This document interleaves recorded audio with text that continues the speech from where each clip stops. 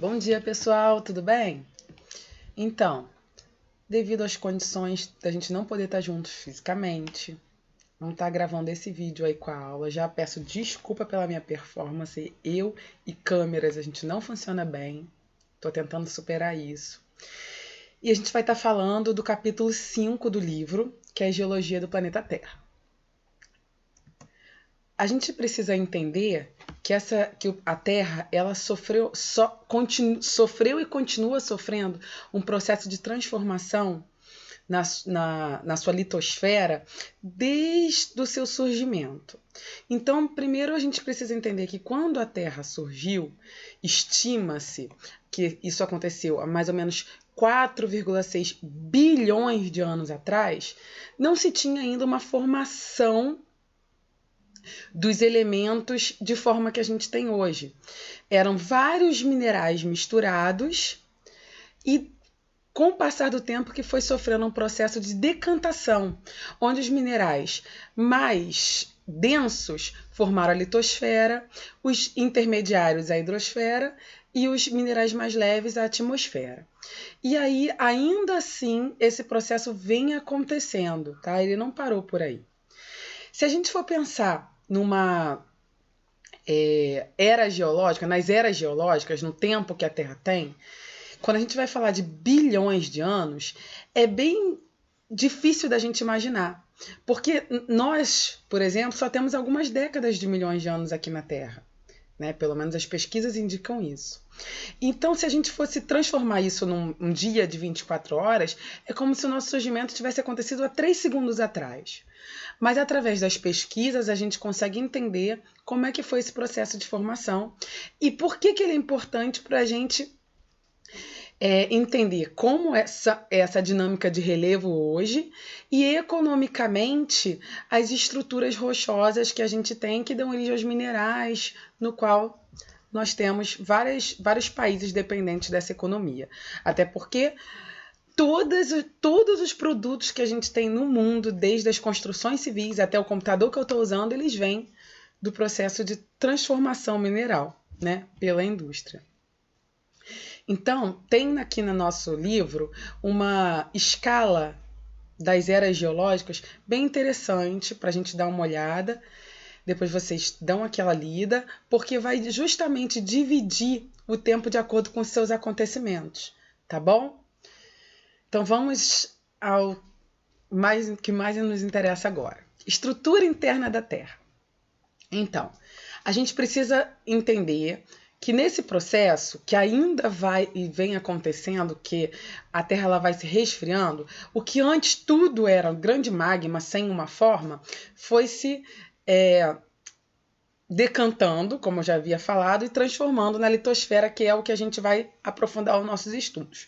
Mas a gente precisa entender que abaixo dessa crosta terrestre, dessa litosfera, nós temos o manto, o núcleo interno e o núcleo externo. Por que é importante a gente saber disso? Porque justamente através desse manto que a gente vai entender a disposição que a gente tem os continentes hoje, que não eram assim e continuam sofrendo modificações. Também as fossas oceânicas, as montanhas, os movimentos sísmicos, terremotos e vulcões. Então, primeiro, como que o ser humano sabe dessa estrutura interna da Terra se nunca foi possível penetrar mesmo, né, fisicamente ou através de aparelhos para conhecer isso? Através justamente dos estudos sísmicos. Por quê? Porque o que a gente tem de fato de penetração no solo, na crosta terrestre, aconteceu lá na Guerra Fria, onde estava aquela corrida por tecnologia, informações, avanços tecnológicos entre a União Soviética e os Estados Unidos, e a União Soviética conseguiu penetrar 13 quilômetros,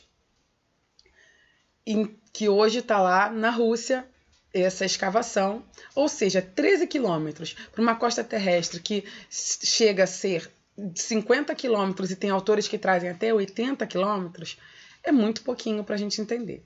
Mas nessa divisão, é importante a gente saber que a gente tem a crosta terrestre bem sólida, também com as suas modificações rochosas, o seu ciclo rochoso acontecendo o tempo inteiro, a gente vai saber um pouquinho mais para frente. O manto, que a gente tem uma estrutura mais quente, até porque quanto mais profundo vai chegando, mais quente, mais aquecido vai ficando. Essa estrutura ela é dividida também em parte inferior e parte superior, por causa justamente do magma, da influência do magma, e o núcleo, que também é dividido em interno e externo, que o interno ele chega a ter 5.000 graus, estima-se, tá? O interno ele é sólido, composto de níquel e ferro, e o externo ele é líquido, até por causa dessa separação dos minerais que você tem ali, que entram que se tornam líquidos através desse aquecimento.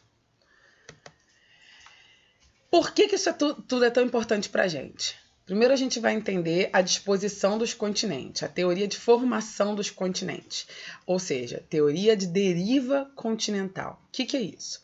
Quando isso foi pensado, e isso é relativamente recente na nossa história, um estudioso, o Wenig, ele, através de estudos de parentesco, né, entre espécies que se tinha aqui no nosso continente americano e na África, e também essas espécies animais, vegetais, fósseis, e também pelo possível encaixe, que é bem perfeitinho, entre a África e a América, ele foi chegando às conclusões que os continentes eram todos um só, que se chamava Pangeia, e foi se separando ao longo do tempo. E aí a gente já teve 2 continentes, Laurásia e Gondwana, e também, mais à frente, essa disposição de continentes que a gente tem hoje, e está ainda acontecendo esse processo de distanciamento, por exemplo, entre a América e a África,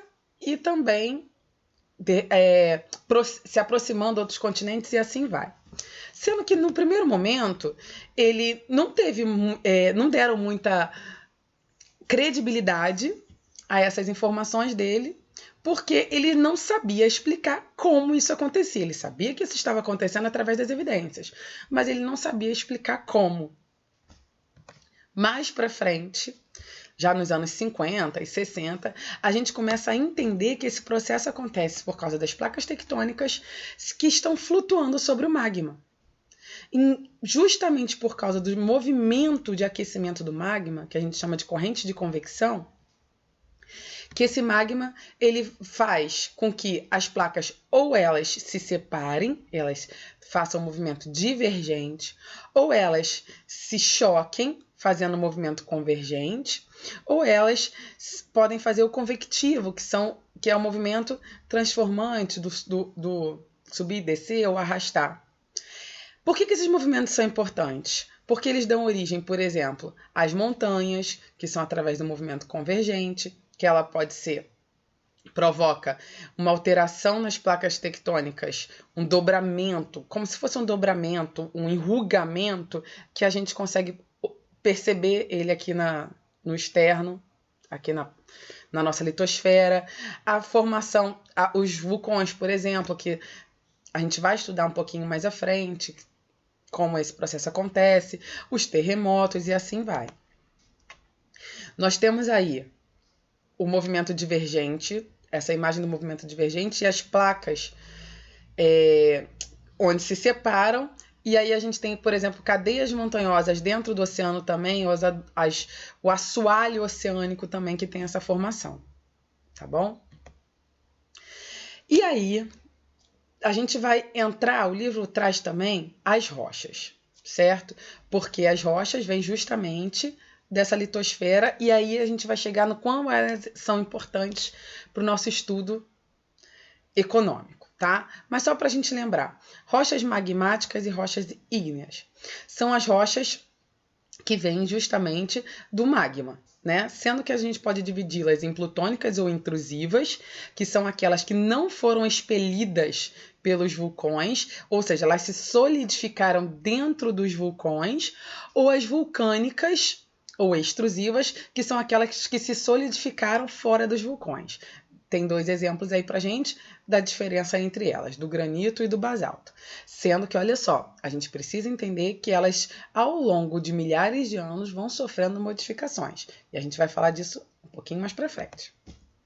Nós temos as rochas sedimentares, que são as rochas que foram surgindo através de partículas pré-existentes, pode ser de rochas metamórficas, que ao longo do tempo vão sofrendo várias variações. E esse relevo sedimentar, ele também sofre muitas alterações por causa do processo erosivo, por causa do intemperismo e hoje principalmente das ações humanas. As rochas metamórficas, que são aquelas que sofreram por causa de alguma alteração química, essas rochas metamórficas, elas podem ter sofrido essa metamorfose por origem antes de serem vulcânicas e por algum acontecimento químico ou físico se transformarem em outro tipo de rocha. Ou seja, elas sofrem uma metamorfose. E aí a gente vai ter, onde eu tinha falado, que é o ciclo das rochas. Esse ciclo ele não para de acontecer, ele é infinito, ele vem acontecendo há milhares de anos e vai continuar acontecendo ao longo do tempo. Então, em algum momento, as rochas que um dia foram vulcânicas, elas vão ser transformadas em rochas sedimentares através desse processo de metamorfose, elas vão ser transformadas em outros tipos de rocha, elas podem novamente ser derretidas por causa do aquecimento de um vulcão, né, das erupções vulcânicas e se transformarem de novo.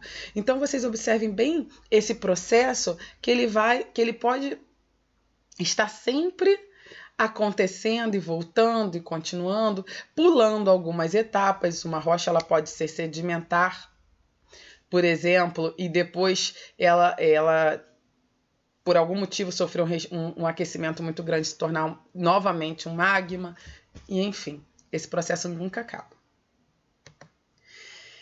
E aí, o que a gente precisa entender desse processo? A estrutura geológica da Terra ela é diferente em determinados continentes.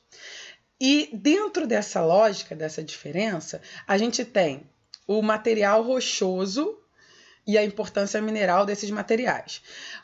A estrutura geológica dos continentes mais antigos, mais espessos, que a gente chama de maciços ou escudos cristalinos, eles já estão bem mais gastos com o passar do tempo. São áreas que a gente tem um relevo de planalto, não são áreas mais montanhosas, é um relevo que não tem picos muito agudos por causa desse desgaste todo. Essas áreas costumam ser muito ricas em minerais metálicos. A gente tem as bacias sedimentares, onde a gente vai ter as áreas de planalto sedimentares, ou seja, são bacias também muito antigas que elas foram se construindo através dos sedimentos se compactando naquelas áreas. Essas áreas, por exemplo, fazem bolsões de petróleo. Tudo isso, gente, são milhares de anos para acontecer. A gente tem algumas bacias sedimentares mais recentes, que são as planícies, e as áreas de dobramento moderno, que são as áreas onde tem as montanhas, os picos mais agudos, as áreas que ainda estão sofrendo muito por tectonismo, as áreas com maior incidência de vulcões e de terremotos. Essas possibilidades das atividades econômicas. Os escudos cristalinos, como eu havia falado, são ricos em minerais metálicos, ferro, níquel, manganês e outros minerais. Nós aqui no Brasil somos muito ricos nesses minerais porque temos uma grande área de escudos cristalinos. As bacias sedimentares, no qual nós temos também, são as áreas ricas em petróleo, xisto bituminoso, que também é um derivado de bacias sedimentares, e o carvão mineral. Os três são minerais energéticos. E os dobramentos modernos também podem ter minerais metálicos ou não metálicos. Porém, não é o caso aqui do Brasil, porque o nosso relevo ele é muito antigo, não tendo esses dobramentos modernos. Gente, manda dúvida, tá, para o meu e-mail, tá lá na atividade de vocês. Caso alguma coisa não tenha ficado clara, vamos tentar trocar bastante ideias aí para que esse processo dessas aulas online sejam bem construtivos para a gente, acrescentem bastante, tá bom? Grande beijo, eu tô com saudade do presencial. Beijão!